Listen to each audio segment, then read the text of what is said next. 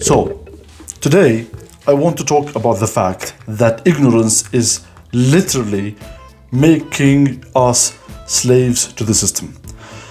And today I will discuss 4 things that you should know and you should teach your kids in order to be a better citizen, to be free, to understand politics and governance better. Understanding these 4 things will make society better, and it will definitely make your life and your children's lives better. I promise you. So let's just get into it. Now, in this complicated world, there seems to be a critical problem with people not understanding the basic principles of politics and them being ignorance of the system that they live in. Okay, so imagine going to the local market, not knowing the basic principles of calculus. You go to the butcher, you go to the guy selling vegetables, you buy something from him, you give him some money, he gives you change.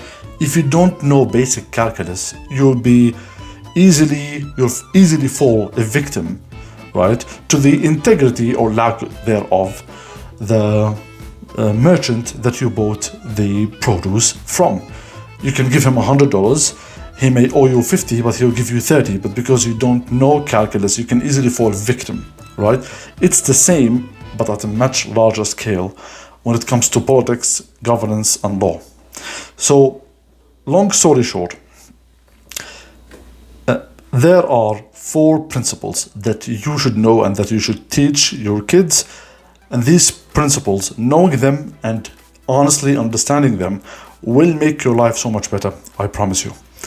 But what you need to understand is that fighting for your rights, ensuring that your politicians are doing a good job, representing your interests, avoiding stupid detrimental laws, preventing government from over-regulating and making your life unnecessarily complicated.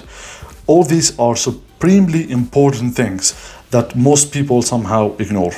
So what can you learn and teach your kids about how to judge our political and governance systems that rule our lives?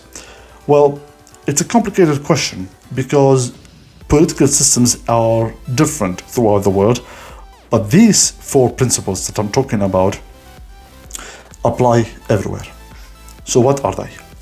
First, understand that politicians are self-serving. Now, all people are self-serving, but politicians are the most self-serving of all. This is not to say that all politicians are bad and malicious, but you need to understand that the number 1 priority for a politician is to stay a politician, meaning to stay in power. Okay? So it means that politicians may, and often do, manipulate laws and regulations in order to increase their chances of staying in power. So a noteworthy example is something quite famous in the United States of America. It's called political engineering.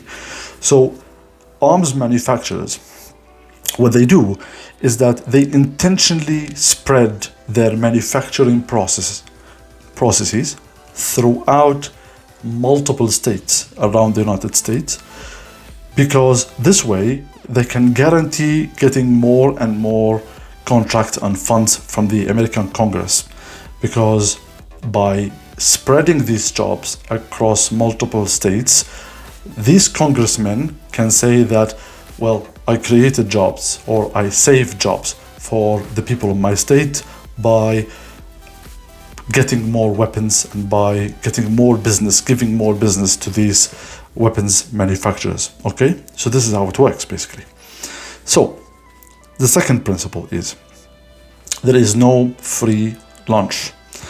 The government never makes money, it only takes. Now, governments around the world have taxes as their main revenue stream, whether directly from your, let's say, monthly salary, or indirectly by taxing products and services.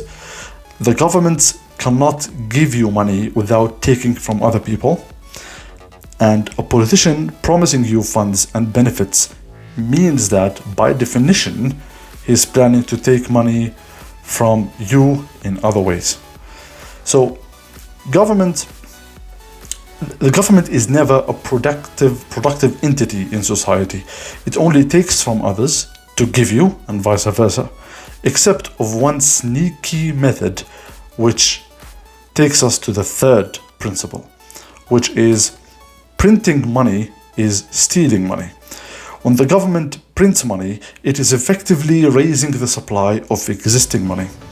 In other words, governments around the world, when they print money, it's a sneaky alternative to taxation. So by printing money, the government is making your money less valuable.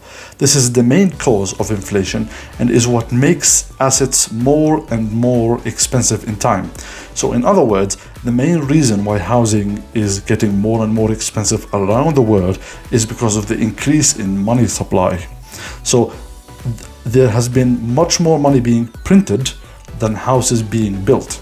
That's what raises the price for housing.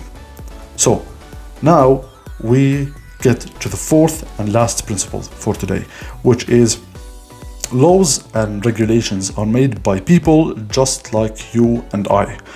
So do not be fooled into thinking that laws and regulations are sacred, that have a sacred status of somewhat, and they must be accepted without challenge, okay?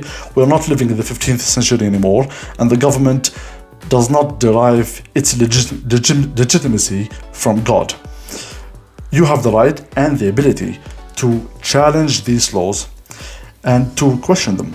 So if a certain rule is negatively affecting your life and you feel that it's unfair, then you can challenge it. You have to connect with other people in your community that are affected by the same law, get together and try to push back on these laws or regulations.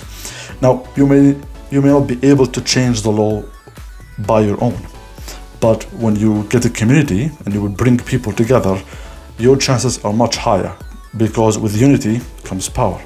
So what do you think? Did I miss anything? Let me know in the comments below, and if you have any suggestions or topics that you would like me to discuss in the next video, let me know in the comments below. And as usual, don't forget to like and subscribe, and I will see you in the next video. Bye.